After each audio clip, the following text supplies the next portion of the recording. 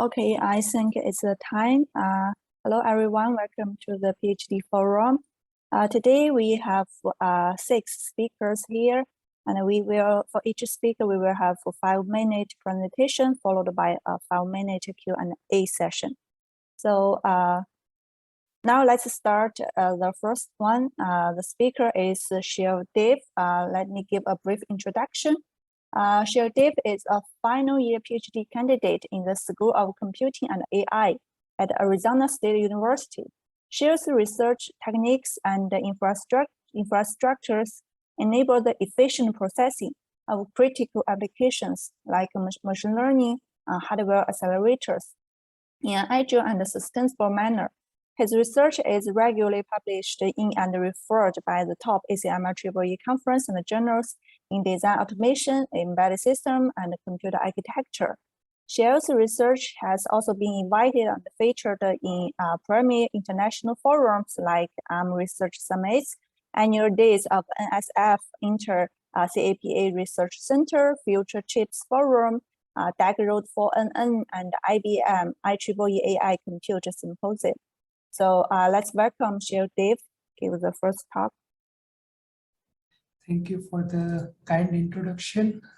I think I can start screen sharing. Maybe someone need to stop. Yeah, maybe the volunteer needs to stop the screen share now.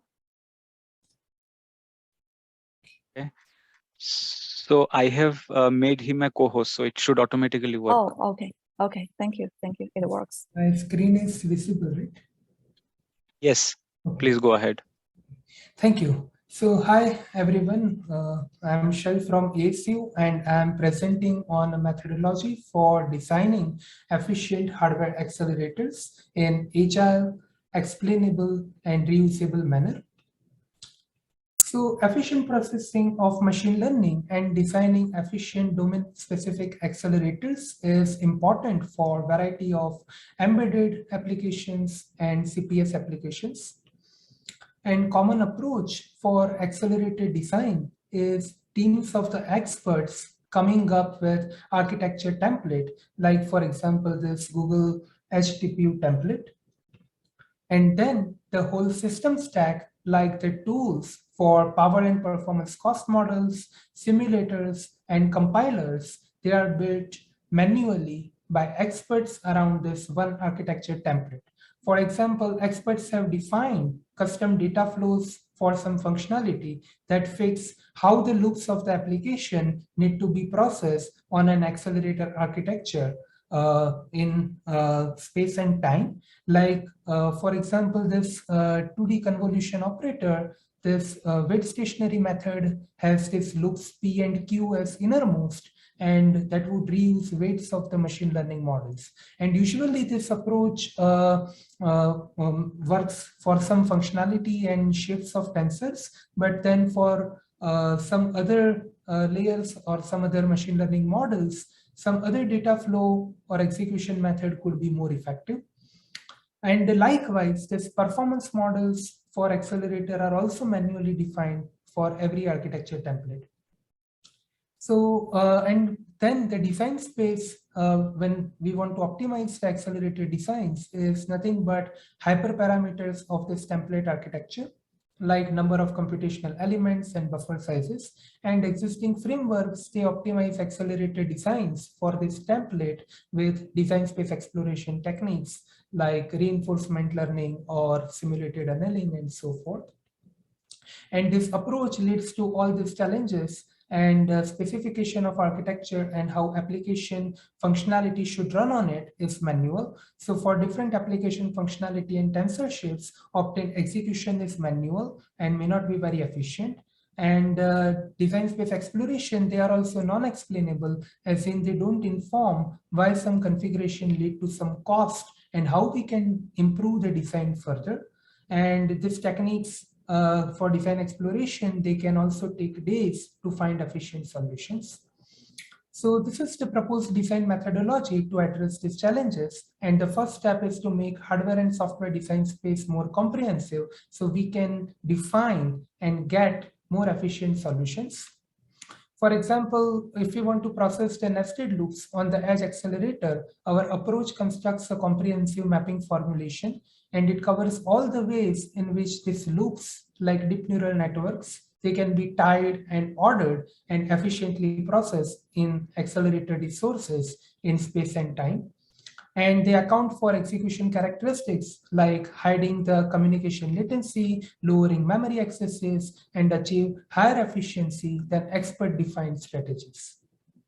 And given this vast space, like 10 to the 23rd power of configurations, there are techniques to efficiently explore them, which can also explain why obtained configuration are efficient, and then why the execution gets certain cost. And we enable this explainability by leveraging the information about the cost function. And so we can mitigate the bottleneck and achieve efficient designs quickly. Like for edge AI accelerators, we find 6 times more efficient solutions than state-of-the-art DSC techniques in 53 times less search time. And last thing is that we need to also make the system stack development sustainable, as in that we need a methodology for common abstraction. So we can define a variety of accelerator architectures, and we can develop their system tools like their performance model in automatic way. And these are some reference publications that I did as first author. And the conclusion is that we need essentially the methodology to automate this, so we can define the design space comprehensively, and we can explore it in agile way with reusable tools for variety of accelerator specification. Thank you for your kind attention, and I'm happy to discuss any questions. Okay, thank you. Any questions from the audience? You can just unmute yourself or post your questions in the chat box.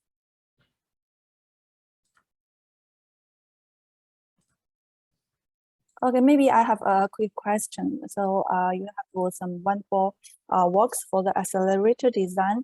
Do you need to design the application-specific accelerators for different applications and the platform, or you have some general principles to do that? Right, thank you. So I think this is a very great question. So I think what happens right now is that when we have a specific application, right? So for FPGAs, we can use HLS, for example, right? And we can get the desired basically more efficient implementation in hardware by configuring the FPGA, or we can design even overlay, right? Now, what happens is that for ASICs and for even overlays on FPGA, which is basically some architecture for that domain applications, right now it is manual, right? So for example, people come up with architecture templates that, hey, I want this kind of computation units organized like this with maybe this much memory hierarchy. And so that essentially is currently manual. And then I think this approach is trying to motivate. I haven't done that completely, but I think as one of the vision paper actually, I think tries to motivate for automation for this, that can we, given a set of domain workloads, can we design infrastructure so that we can even obviate developing such templates manually, and rather than have automation that to come up with at least some good baseline architectures to begin with. Okay, thank you. Thank you. Any other questions?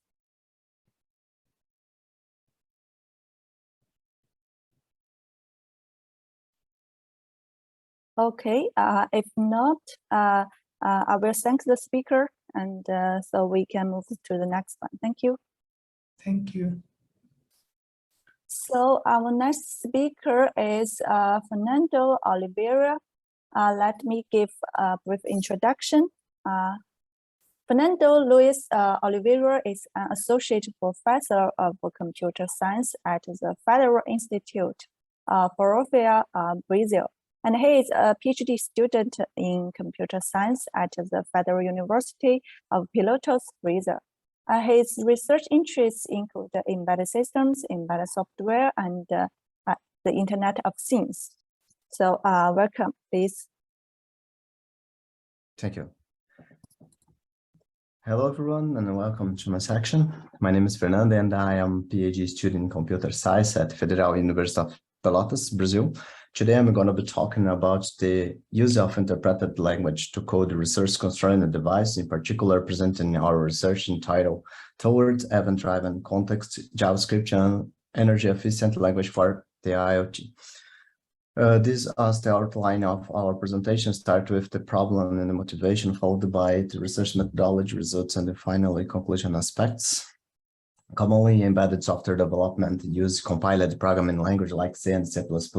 C has a good performance, it's close to hardware. However, it has downsides, include lack of object orientation, absence of exception handler, and no garbage collection, making software coding difficult. At the same time, hardware evolution allows us to introduce new approaches, techniques, and technologies like interpreted languages, such as JavaScript. JavaScript is a high-level script programming language. It is very popular and used to code different domains, such as server-side, mobile application, games, robotics, and the IoT.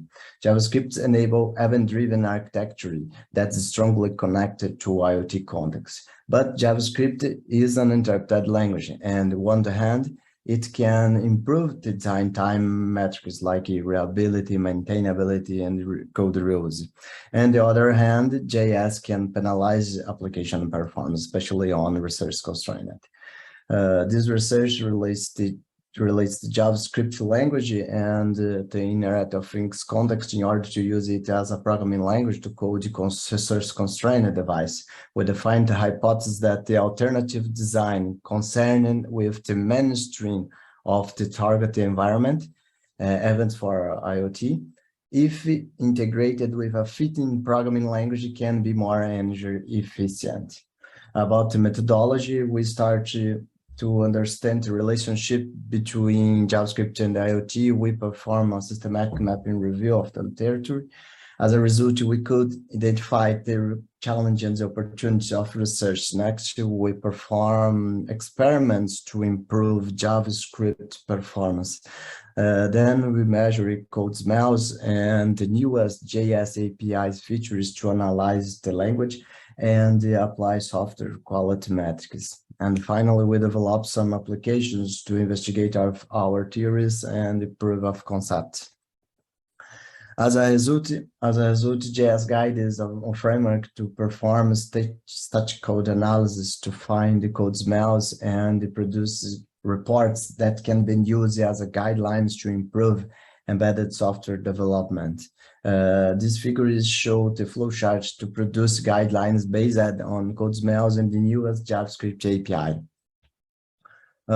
Here we can see the JS AV-Async proposal. JS AV-Async is a framework to help developers to design applications using JavaScript language that combine the best part of time trigger and event trigger approach. This approach uses JavaScript non-blocking concept as a development interface to structure the algorithm into asynchronous events. Here we can see some results of energy consumption perspective, in particular two applications. The first one is reading temperature sensor periodically, and the second one represents the event click on a physical button. JavaScript is better than C when the value is positive. Our findings show that writing code through JS AV-Async can be up to 35% more energy efficient. About the conclusions, overall, C performance is better than C, as it was posted. However, the JavaScript application got a satisfactory outcome, and the decision to use it is not merely about the performance issues. We don't show it here, but the quality of the solution produced from JavaScript was better than C. For instance, the JavaScript code could be segmented in different files, classes, and simplify the structure and reduce the coupling, allowing design practice, design principles. Consequently, it improved the readability, code reuse, and abstraction. So using this framework, the developers can improve your software and can save energy. Thank you so much for your attention, and I am open to questions. Thank you. So, any questions from the audience? Hi, I have one. Can you hear me? Yeah, Yes. please. So great presentation. So I have a question. So how easy it is to port from C language to JavaScript if I'm a developer who's designing IoT devices in C? Yeah, good question. It's not so easy because you need to think about your algorithm in an event model. You need to specify your concerns in different events, and we use the JavaScript runtime model to fit in these concerns into events. And our proposal schedule this execution in order to execute one by one in a single thread mode. When you don't use when you're idle, for example, the JavaScript can reduce the consumption of energy because his mechanism entering idle mode. To split to algorithm, it's a kind of model you need to study. Each algorithm is different case by case. Okay, thank you. Welcome. Okay, any other questions?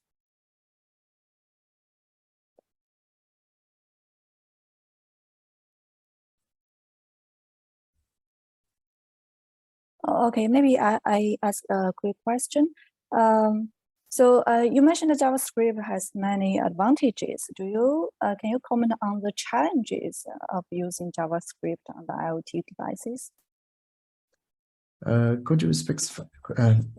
Could you specify your concern? I couldn't understand. Okay, so using JavaScript has many advantages, right? It brings more energy efficiency. So does it have any challenges when we use JavaScript instead of C in the IoT devices? Yes, JavaScript uses a runtime. JavaScript is an interpreted language and need to JavaScript machine to interpret the code. And this overhead can consumption more memory and more size on the device. When you talk about constrained device, it's so limited the capabilities about processing memory and storage. And this overhead can be a problem for resource constrained devices. But we use a special virtual machine that is optimized for embedded system. It's part of this problem the virtual machine can resolve for us, and we can enjoy the benefits for the language over design time, and you can algorithm that more efficient and more how can I say more easy to read, to understand, to maintain, and so on. Okay, thank you. Thank you so much. So if we have no more questions, let's thank the speaker and we can move to the next one. Our third speaker is Dhruv Gajaria. Let me give an introduction. Dhruv Gajaria is a Ph.D. candidate at the University of Arizona and is currently interning with Pacific Northwest National Lab. His research works include domain-specific architectures, exploring non-volatile memories for resource-constrained systems and in-memory computing. So let's welcome.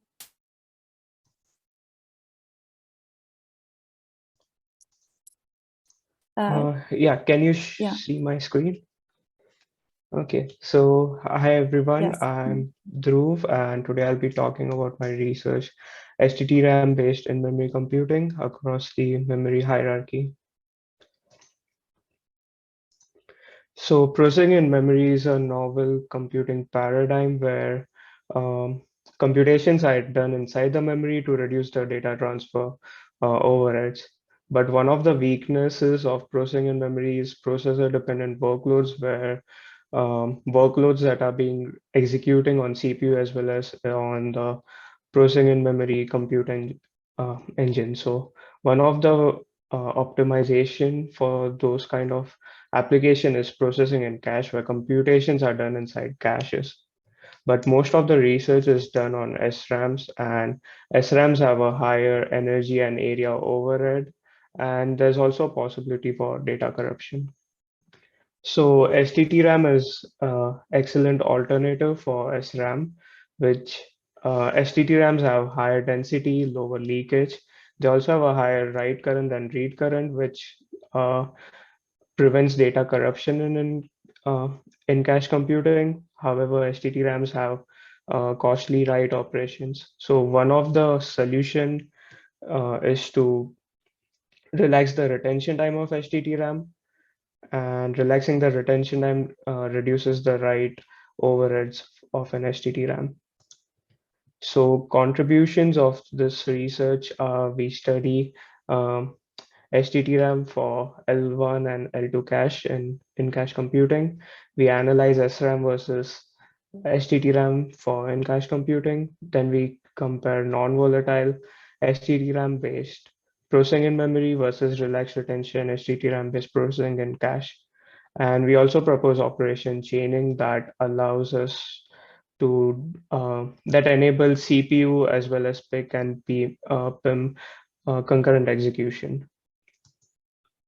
So seen in the diagram is the high-level architecture of in-cache computing with STT-RAM. So figure A and B show per block counter that prevents premature expiry when it comes to relaxed retention STT-RAM caches.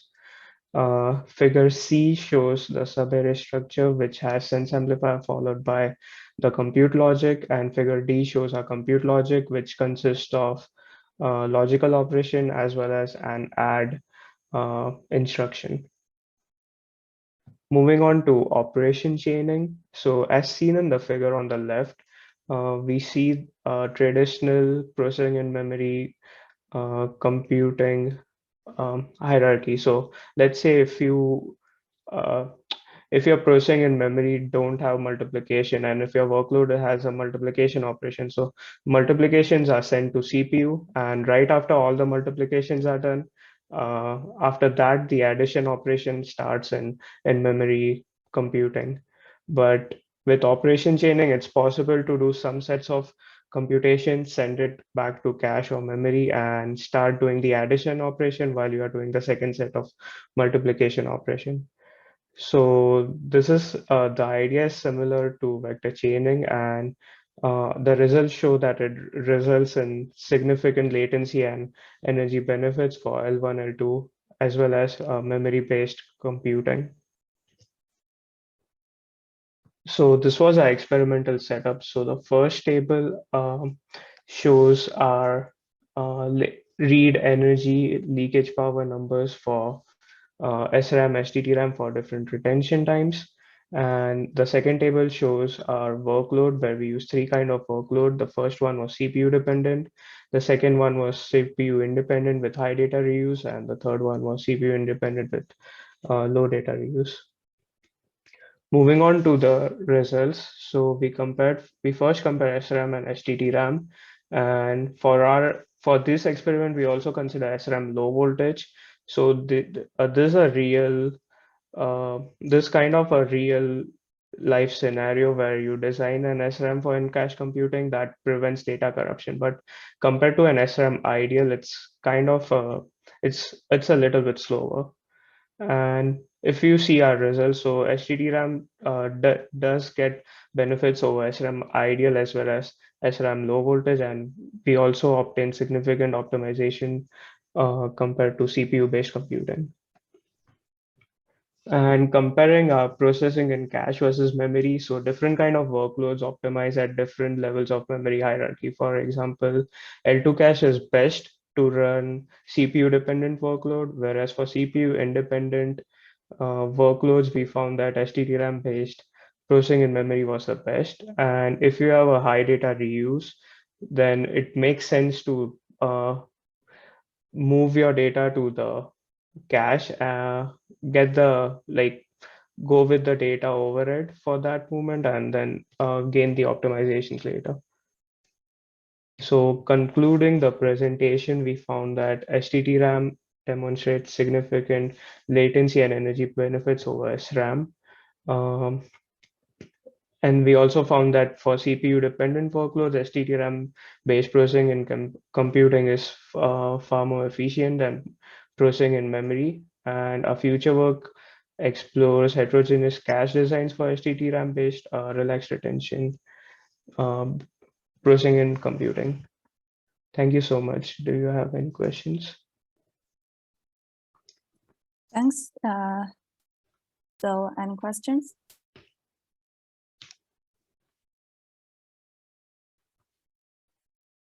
So I want to ask whether you have some flexibility to determine how much you can relax for the retention time. So that's a good question. So currently, what we are computing is, so we are computing the time taken for the data to load into the memory, and based on that, we are deciding what would be the lowest retention time. How low can you relax? So I think based on our memory numbers, we can relax the retention time up to like 25 microsecond, but we selected it at 75 just to have a leeway. Okay, so you make the decision on the runtime. You can dynamically change the degree of relaxation. So for runtime based, if you want to change the relaxed retention time, so currently what research prior works have done is they have different banks of retention time, and they just activate that specific bank of retention time. But Okay, changing the retention time at cell level, I think the research is still going on. Thank you. Any other questions?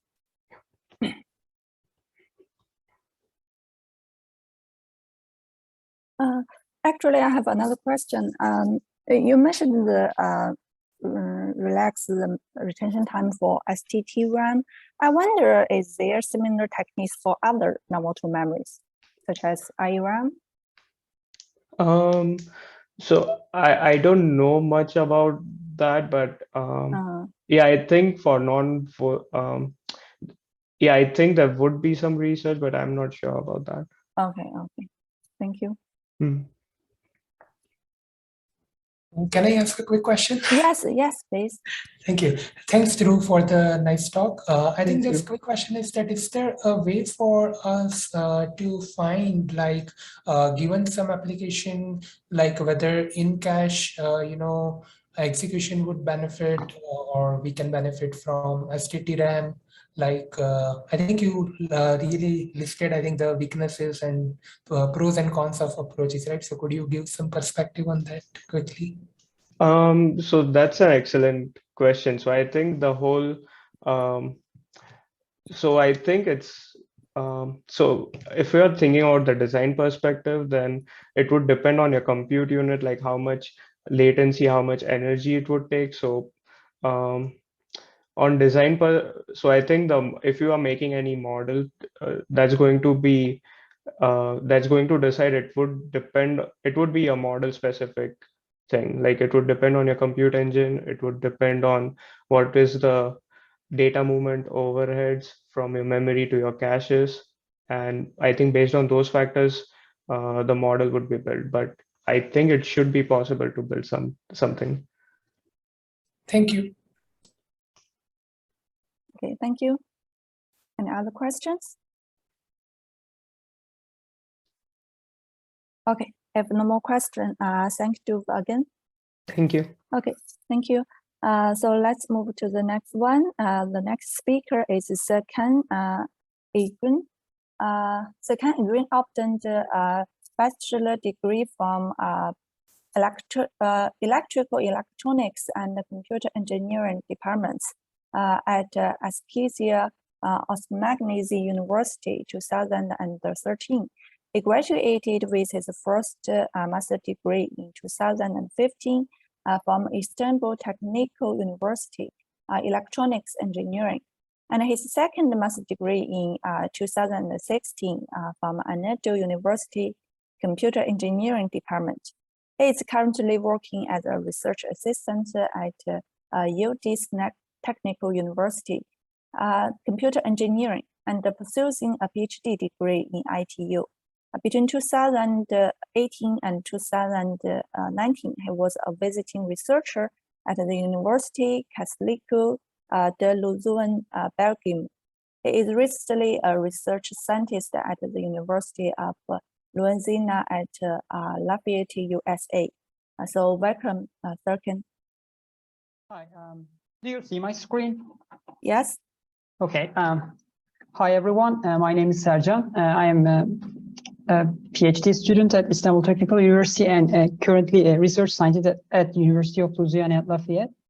Today, I'm going to talk about the stochastic computing systems. After background, motivation, and contributions, I will present the agile simulation of stochastic computing by using some special contingency table construct, and then I will propose some stochastic computing-based vision machines and learning machines. Stochastic computing that dates back to 1960s is a re-emerging computing paradigm, and it doesn't use the conventional base-to data representation. Instead, it uses unconventional data representation by assigning equal significance to each bit. So we create a fault robustness, because if any bit flip occurs in any hardware memory errors, for example, we don't get the most significant bit problems by that representation. Also, we have a low hardware cost because we just degrade the complex arithmetic operations into simple gates. For example, AND gate or XNOR gate are used for multiplication. Thereby, we have massive parallelism, scalability, and progressive precision. However, we need the long sequences to have high output, high accuracy at the output. So we have the long latency. We need the bit stream generators. We have approximate results, and we are facing energy issues. Here are examples of the multiplication for unipolar and bipolar encoding methods. If we have positive only scalar values to represent in a bit stream, we can use the unipolar encoding. By using the bit streams, we just embed the scalar value as numbers of the ones just inside the bit stream, and then we use the AND operation. At the output, we have another bit stream. By representing the bit streams in terms of the probability values, what we see at the output as an output probability of getting ones is just a multiplication of the input probabilities. If we have some negative numbers, we need to use the bipolar encoding. Bipolar encoding is a special kind of encoding technique because it also, without a sign bit, can hold the information of the scalar sign value. So if we have majority ones throughout the bit stream, it's a positive scalar being represented. If it's a minority of ones having represented in a bit stream, it means the represented scalar is a negative sign value. For the motivation and contributions of my PhD is we addressed some memory and runtime memory software simulation for stochastic computing. Thereby, we propose to use contingency tables. By using contingency tables, we are having fast training and simulation of neural networks based on stochastic computing. After that, we also proposed some novel image processing applications. And also we have a new binarized neural network architecture, efficient and robust to bit flips. For our agile simulation, we are using the contingency table. And even though we are using a software environment, and even though we are processing the bit streams, we never generate and use the bitwise operations for them. Instead, we create the tables for them. And for these tables, we are setting 4 important values denoted as A, B, C, D, which actually represent the overlaps of 1, 1, 1, 0, 0, 1, and 0, 0 overlappings in between 2 bit streams. By using the scalar values of inputs and the correlation information in between these 2 bit streams, we immediately set our CT table. And by linearly manipulating the A, B, C, D, we have the logic output at the output bit stream of a logic gate. The 3 important points we have to consider: the minimum, maximum, and the 0 correlation, because arithmetic operations generally in stochastic computing requires the 0 correlation in between 2 bit streams. Here is an example when we use a multiplication by using the XNOR gates in a convolutional neural network classifier part. When we simulate during the training for this multiplication operation, bit streams and CT approach, we show that we have the linear timing for the training instead of the exponentially increasing runtime when we create and process the actual bit streams.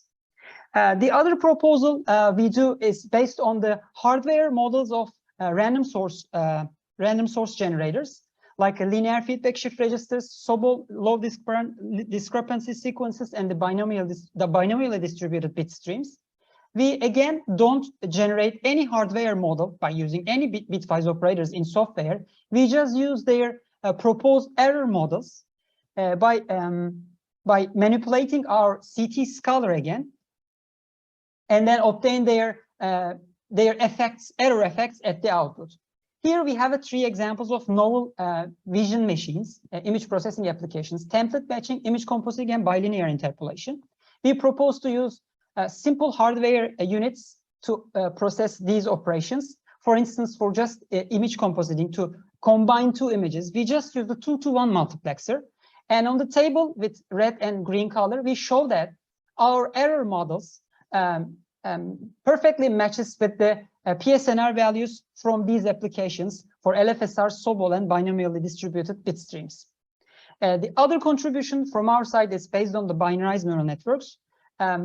Conventional binarized neural networks uses a single bit for weight and the neuron outputs, but for some emerging hardware environments, there may be some bit flips and soft errors such as rerams, for example, in memory computing. Thereby, the conventional BNNs are fragile networks. What we propose is to use the throughout the whole network. We propose to use the bit stream processing. This also brings us a simplified hardware architecture, since in the prior art, in the 3rd section of the prior art of the model of binarized neural network, they use the activation module and they use subtractor. However, if we use the bipolar encoding, we can just check the majority and minority of ones in a bit stream, and we can decide the sign bit of our accumulation. Here is an example. We have some multipliers with XNOR gates. After the multiplication, there is an accumulation operation for these inputs and the weight values. And while we are accumulating the values by using simple counters like pop counters, we at each iteration check if we are bigger or less than half size of the bit stream, thereby deciding the +1 or -1 for the neuron output of binarized neural network. Our proposed approach doesn't use any subtractor as an extra module. Thereby, we have 30% of better hardware resource utilization in terms of lookup tables and the registers in FPGA design. Plus, we are robust to bit flips. For example, in the case of image bit flips, the conventional binary neural network loses a lot from the accuracy. However, our BNN approach with 16-bit still comparable, having comparable accuracy with the conventional accuracy. Here are some of my selected works based on my PhD. And thank you very much for your listening. Thank you. Any questions?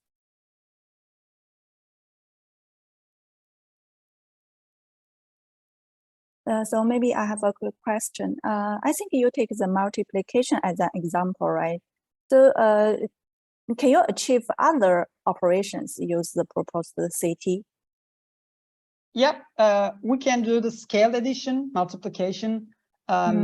We can actually use all combinational logic elements. Also, currently we are trying to do some such as the flip-flops and some other sequential logic also, because this is another important construct in stochastic computing. We are also trying to, as in that work, emulate the random sources like LFSR. So we can say yes, we do create an environment to fully emulate stochastic computing constructs. Thank you. Thank you. Any other questions? Yeah, if no more questions, okay, thanks. So we can move to the next one. Our next speaker is Debraj Kundu. Debraj Kundu received the B.Tech degree in computer science and engineering from the Maulana Abu Kama Azid University of Technology, which is formerly known as the West Bengal University of Technology, in 2014, and the M.Tech degree in computer science and engineering from the University of Calcutta, Kolkata, India, in 2016. He is now pursuing a Ph.D. from the Indian Institute of Technology, Roorkee, India. His current research interests include designing algorithms for the automation of bioprotocols and advanced microfluidic biochips. So welcome. Hello everyone. Can you see my screen? Yes. Okay. Hello everyone. I'm Debraj. My PhD research work is on the design automation for microfluidic biochips. I am from India and I'm from the Institute IIT Roorkee. My supervisor is Professor Sudeep. Outline for today's presentation is first I'm going to introduce microfluidic biochips a little bit, and then I'm going to dive into the two of the main works that I have focused, which are related to the design automation for microfluidic biochip. One is sample preparation, and another is fluid loading on programmable microfluidic devices. So what are the microfluidic biochips? Basically, these are one of the emerging platforms which revolutionize the point of care diagnostic systems, where have a huge advantage over lab-based macro systems in terms of miniaturization and automation. In practical applications, like for synthesis of new drugs, proteomics and RT-PCR test, these microfluidic biochips has been very successful. These are some examples of real-life microfluidic biochips, which has been used for detection of coronavirus, HIV detections, and RT-PCR tests. Generally, microfluidic biochips are classified into digital continuous flow-based systems, and since my work is on advanced, so I have focused here on some new generation biochips for both digital and continuous, which are termed as microelectrode dot array, MEDA, and programmable microfluidic devices, PMD, respectively. So here are some examples of like how the biochip works. Like for example, digital microfluidic biochip, basically they work on the principle of electroweighting on dielectric, where with potential difference we can manipulate the droplets. And in designing the algorithms, we have to model them as a grid. I've shown here. Here is another example of PMD device, where it's an array of valves, and micropumps and microvalves can be manipulated to load fluids in different cells. So what is now focusing on the first problem, the sample preparation, which includes dilution and mixing. Basically, the problem is sample preparation problem is that you are given in number of reagents and we have to mix the reagents in a particular ratio. So in order to do so, there are many possibilities. Mix those reagents. For example, here I have considered 4 reagents, and the target ratio may be 5:17:11:31. It can be anything. So normally, what we can say, like in this one, we can mix all these reagents in a like according to their volumes of ratio, and the total volume, the target ratio can be achieved. However, if we follow a particular sequence of mixing, where first here we were mixing reagent 2 and reagent 4 in 1:3 ratio, and this particular sequence, ultimately here we can get the same target ratio. Here one thing to be noted, that obviously here the volume will be, we can't achieve that a large volume, a smaller volume, but our objective here is not the volume. Our main objective is to find the target ratio, which can be achieved. So instead of doing this, we can achieve this with very smaller amount of volumes of each of the reagents, as you can see from this one. So, and these are very beneficial in real life scenarios. And to however, the solution space to determine this kind of sequence graphs is very large, and so we need some algorithm to solve this.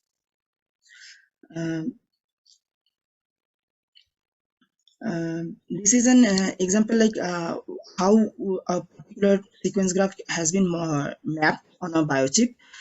Like for example, here is the tree, and if you want to map this tree here, then you have to, like, all the fluids has to be traversed in the particular cells, and these kind of things happening. And we will reach the 7:4:13 here, as it is mentioned. Again, the ratio values are calculated using the normal concentration formula. Okay, C1 the concentration and V1 is the volume of a particular fluid, and the target ratio at each mixing nodes can be calculated using this. Focusing on the algorithms that I have designed, first of all, I have designed some heuristic-based methods. Then, as the problem is falls on the NP-complete domain, so I have also proposed some satisfied modulo theory, SMT-based approaches. Here are some examples of heuristic-based methods where I have calculated, I have designed a factorization division-based method to determine such sequence graphs. However, the main disadvantage of this method is that there are very many wastages, and we can't reutilize the fluids which has been in the intermediate mixing node.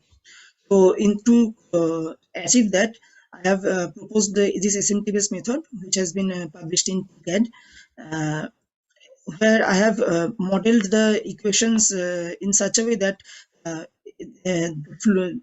from a particular mixing node, multiple sharing edges can generate, and reutilization of intermediate fluids can happen. So for example, here I have compared Ph.D method, which I have proposed, with some existing methods. Here we can see that for the same target ratio, target concentration, the number of wastages has been reduced to a large extent from the previous methods. Other method that I have proposed, which is termed as TIVODA. This paper is also published in TED, where the main objective is not only determine the target ratio, but also we have given target volume. Like previously we have some target ratio to determine, but now if the constraint there is more constraint, like we have to determine a particular volume of that concentration. So in that main task is almost similar to the previous. However, the new objective comes, like how we can share among the trees, among the forest of trees, and that has been modeled using SMT. Here we can see that based solution can reduce a lot of wastages with respect to some existing method. As I said earlier, that sample preparation includes two main problems: dilution and mixing. Previously, we are discussing mainly on dilution problem. Now, here in mixing also, I have proposed an SNT-based method. Here are some I'm not giving details about the SNT equations, the clauses, because of the time, but I have given here some glimpses. Like first of all, we have to make some ratio clauses and some consistency or constant clauses, such that all the fluid input from mixing node and the fluid output from a mixing node maintains and determines the particular target ratio. Now moving to the second main problem that I have focused, which is fluid loading on programmable microfluidic devices, which is an advanced version of continuous based microfluidic biochips. Here these are sequence graphs of bio applications. In general, bio applications are written in a sequence of steps, which can be modeled as a sequence graph like this, and the main objective is to map these graphs on these biochips. However, to load such fluids into these cells, it's very tricky. For instance, in this figure in the left, you can see if the green reagents are placed like this, then the green reagents are placed like this, then the loading path for this green reagent is very complex, rather than if the green reagents are placed like in the right side. And one of the main objectives is the bending. The number of bendings in the loading path will be very critical. So in the right hand side, with a slight change in the placement of the reagents, we can see the number of bendings in the loading path has been reduced. Considering these as the objective, I have proposed two methods. One, loading aware fluid pixel assignment, LAFCA, and another method actually find the loading path, is termed as CSPLA, and this is also an SNT-based method. In conclusion, I would like to say that the heuristic methods for the sample preparation are give us very quick results. However, they cannot minimize the wastage of the fluids, whereas the SNT-based methods has the ability to share maximize the sharing of the fluids and able to reduce the wastages. And the importance of the MD-based fluid loading method, that they are able to minimize the bending loading paths and also the valve actuations, which ultimately extend the lifespan of the biochips. Thank you very much for your attention. And okay, thanks. Yeah. Any questions?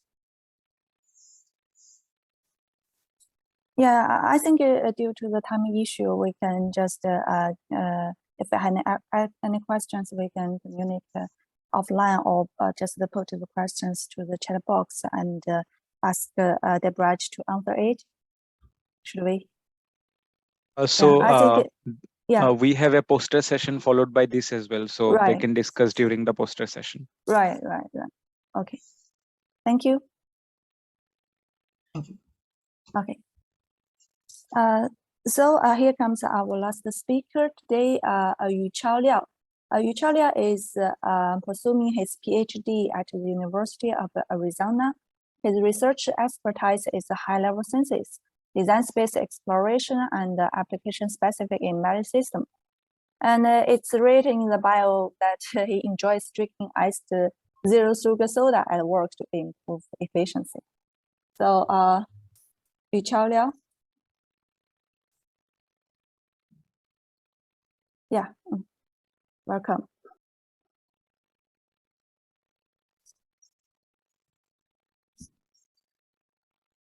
Can you hear me?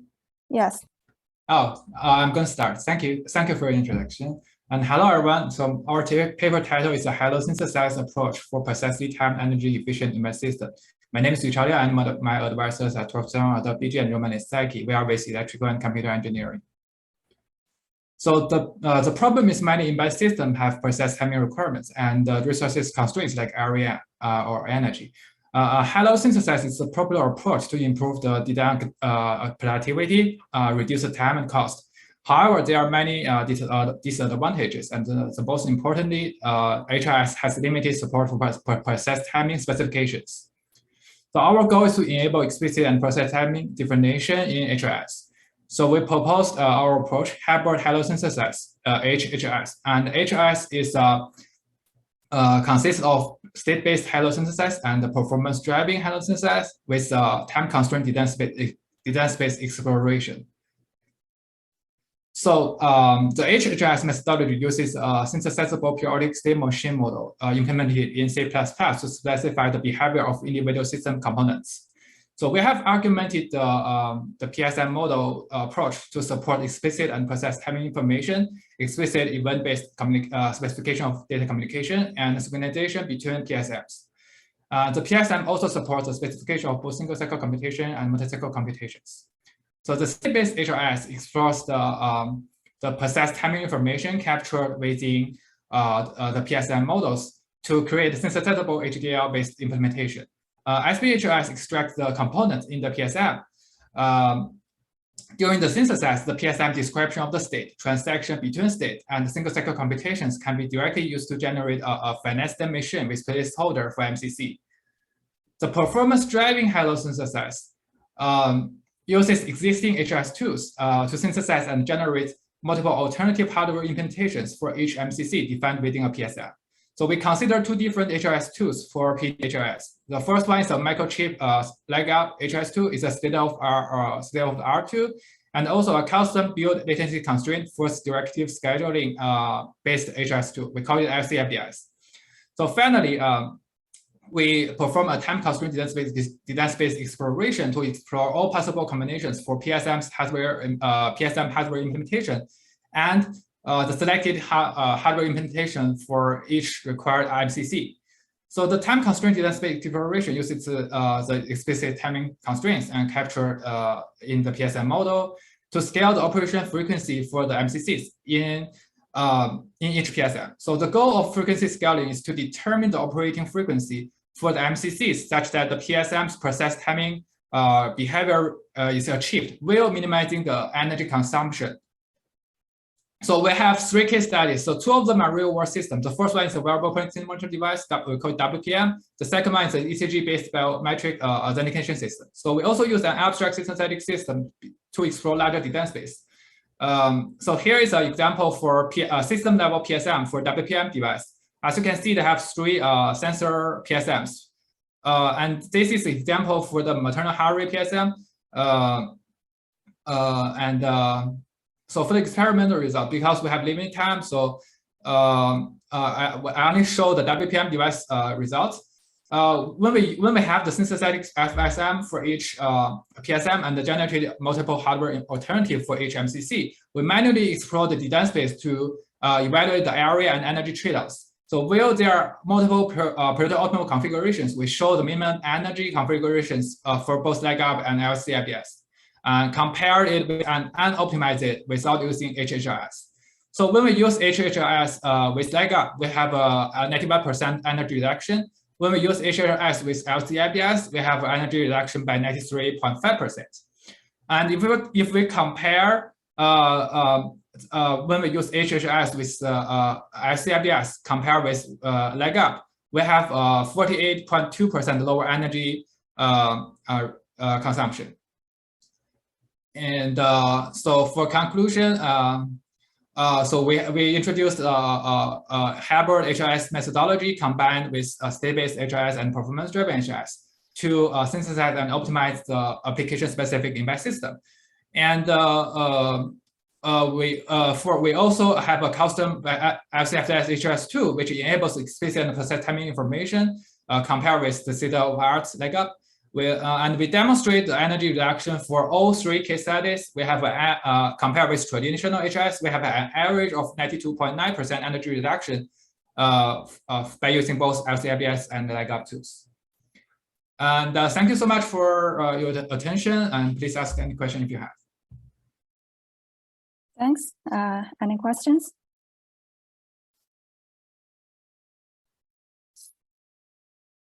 So I have a quick question. Can you go back to the last page? Yes. Yeah, your last slide, I mean the summary, yeah. So you have a hybrid HRS methodology. Does that mean you have both the state-based and also performance-driven in your system, and you have a more complex procedure to do the high-level synthesis, and you have a higher overhead to do that? Am I right?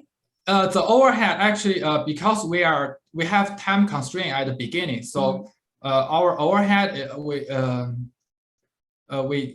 are not having because the time constraint is defined before we are applying our hybrid hallucination approach, and we don't really have the timing overhead, right? And anything is run under the time constraint. So the energy consumption is compared with Lega, we have both energy and area, lower energy and lower area for most of the components, and by using HHS. Yeah. Okay, thank you. Thank you. Any other questions? Okay, so if no more questions, I think this comes to the end of this speaker. Thanks, Yuchao. Thank you, guys. Thank you. So thanks to all the speakers again. Now it comes to the end of our PhD forum. So I hope everyone can get more communications during the poster session. So thanks again. Yeah, Yeah. Thank you, everyone. Just a quick announcement. So the poster session would be conducted in Gather Town in the room The Bund. So once you go out of the Longhua Tower, it's just on your left beside the Yangtze Auditorium. So let's go and chat there. Thank you, everyone, for joining. Thank you, Mengying and Tosiran, for being with us here. Thank you. And have a good day, everyone. Bye. Yeah. Bye.